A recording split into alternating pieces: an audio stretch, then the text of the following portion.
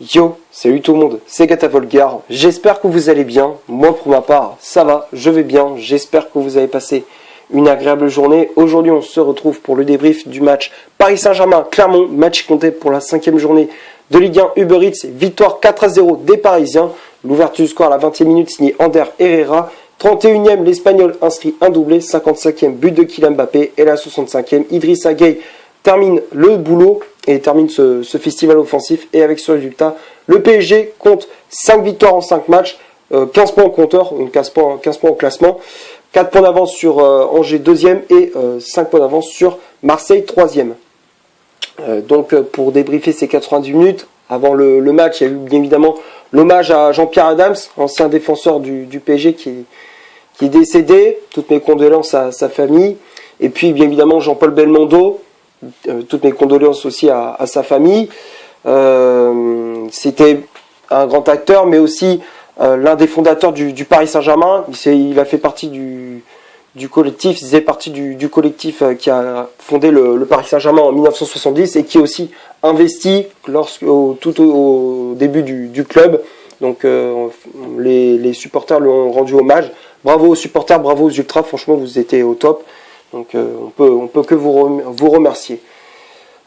Après, pour parler du contenu de ce match, pour entrer dans le vif du sujet, les 45 premières minutes, elles étaient bonnes, même si Clermont, ils n'ont pas installé le bus. Il y avait des espaces, Clermont qui n'a pas installé le bus, ils ont voulu jouer l'offensive, et d'ailleurs ils ont été, sur certaines actions, ils étaient assez dangereux, mais malheureusement ils avaient laissé un peu trop d'espace, et donc du coup les Parisiens ils ont profité pour inscrire déjà le premier but à la 20e. Herrera qui profite d'un centre mal repoussé, un centre d'Hakimi mal repoussé par Demas, le gardien clermontois, et Herrera qui reprend ce ballon de la tête au point de pénalty.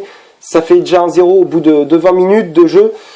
À la 31e, l'Espagnol inscrit un doublé. C'est à peu près la même chose, avec un long ballon dans la profondeur. Marquinhos qui fait une très longue transversale pour Kylian Mbappé qui essaye de jouer un contre 1, on va dire. Enfin, il avait un contre 1 à gérer, et puis la frappe est mal repoussée par la défense clermontoise, puis c'est repris par Herrera une nouvelle fois, qui est en embuscade, et ça fait 2-0 pour les Parisiens.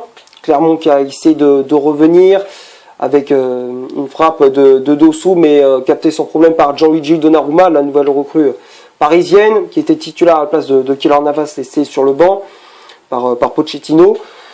Donc à la mi-temps, 2-0 pour Paris. La deuxième période, ça continue. On a cette phase, normalement, en deuxième période, on a cette tendance à relâcher la pression, mais on a vu tout le contraire. On a vu des Parisiens continuer, rien lâcher, toujours la même chose, toujours le même état d'esprit de cette première période, le même état d'esprit, continuer à attaquer, c'est ce qu'ils ont fait. C'est avec Kylian Mbappé à la 55e sur un long ballon, un ballon dans la profondeur de Julian Draxler. Mbappé qui prend de vitesse la défense de Clermont et puis dribble le gardien clermontois, Demas. Derrière, il pousse le ballon dans le but vide, ça fait 3-0 pour Paris. Puis 10 minutes après le but de Mbappé, c'est Gueye qui inscrit le 4e. Gueye qui profite d'une frappe de Mbappé qui était déviée. Ce ballon qui flottait dans les airs au second poteau, Gueye qui reprend ce ballon de la tête. Deuxième but pour le Ghanéen, le Sénégalais, pardon, j'allais dire n'importe quoi. Le Sénégalais qui a inscrit son deuxième but en championnat. Il avait marqué face à Brest. Là, il marque face à Clermont. Donc tant mieux pour lui, tant mieux ça lui donne de la confiance. Donc au final, on s'impose 4-0 et on occupe cette première place en championnat. On va passer maintenant à la composition d'équipe que Pochettino a aligné pour ce match. Donc ça a été un 4-4-2 en losange avec Gianluigi Donnarumma dans les buts du PSG. La charge centrale, Marquinhos associé à Presnel Kimpembe qui était même titulaire malgré sa soi-disant blessure à la cheville. Il était quand même titulaire aux côtés du capitaine. Les latéraux, Hakimi à droite, Abdou Diallo à gauche, Danilo en sentinelle, Gueye et Herrera en relayeur, Rafinha en numéro 10, c'était le milieu en losange, et le duo d'attaque, Julian Draxler associé à Kylian Mbappé.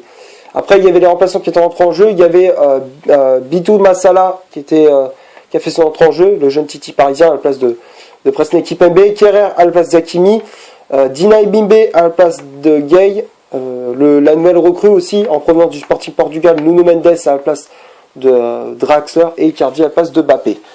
Bon, quand on regarde les statistiques, c'est n'importe quoi.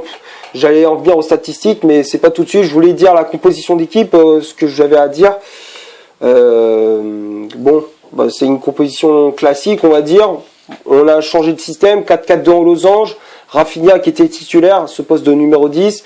Bon, ça n'a pas super bien marché, mais bon, on va dire que c'était son poste. C'était, on va dire, logique. Et en plus, il fallait aménager, parce que évidemment, il y avait le match de Ligue des Champions contre Bruges. Donc il fallait aussi un peu faire un petit turnover, faire tourner l'effectif. Donc il fallait faire jouer les remplaçants, Danilo, Herrera. Donc voilà quoi. Donc on a fait un petit peu tourner l'effectif.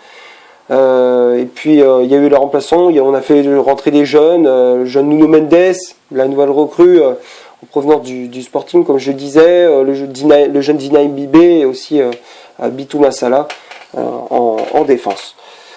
Donc là, maintenant, on va passer aux statistiques de cette rencontre. En termes de possession de balle, c'était assez équilibré. 52% on va commencer par le PSG, 52% de possession de balle. 4 corners, 10 tirs au total, dont 7 tirs cadrés, une position d'hors-jeu du côté de Clermont. 48% de possession de balle. 4 corners, 10 tirs au total, dont 2 tirs cadrés, une position d'hors-jeu. Quand on regarde les statistiques, alors, comme je disais, possession de balle était assez équilibrée. Même si la possession était plus en faveur du Paris Saint-Germain, mais c'était assez équilibré en termes on va dire d'efficacité efficacité devant le but. Paris c'est vrai qu'il était efficace, efficacité quasiment à 100% pour les Parisiens. Et puis à côté clermontois, c'est vrai qu'il y a eu du déchet, c'était plus compliqué de passer. Après, il y a eu une défense solide pour Paris. Donc voilà, on va dire que le score reflète pas vraiment la physionomie de cette rencontre. Enfin, c'est vrai que Paris ils ont été efficaces devant le but. Après, c'est clairement ils ont quand même joué l'offensive, mais ils ont eu du mal. Ils ont pas installé le bus. En tout cas, c'est ce que j'ai pensé d'eux.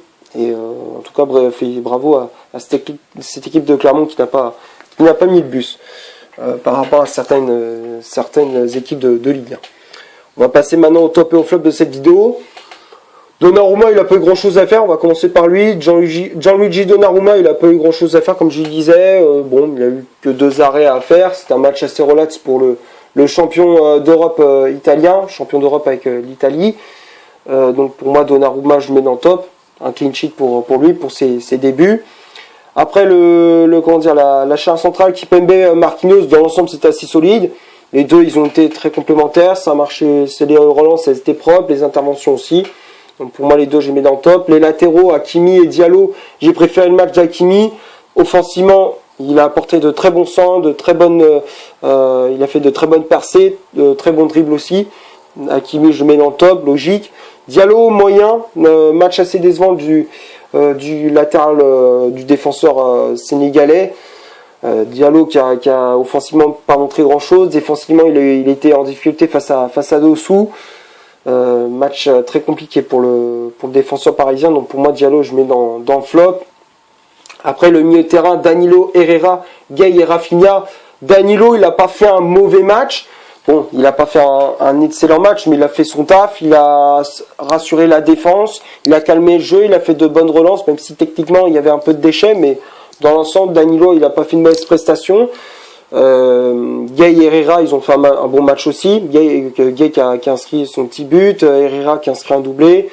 Dans l'ensemble, ils ont récupéré des bons ballons aussi, même s'ils ont eu un petit peu de mal au début, mais après ça allait. Rafinha, match assez décevant. Vous voyez par moment il était là, par moment il était absent. Rafinha, je mettrais dans le flop. Pour moi, c'est le seul qui a été décevant au milieu de terrain. Puis Draxler et Mbappé. Draxler, on va dire, il n'a pas été mauvais. Il a été auteur d'une passe décisive sur le but de Mbappé. Donc pour moi, Draxler, je mets dans le top. Et puis Mbappé qui a été très bon, qui a inscrit son petit but. Voilà, qui a fait le taf.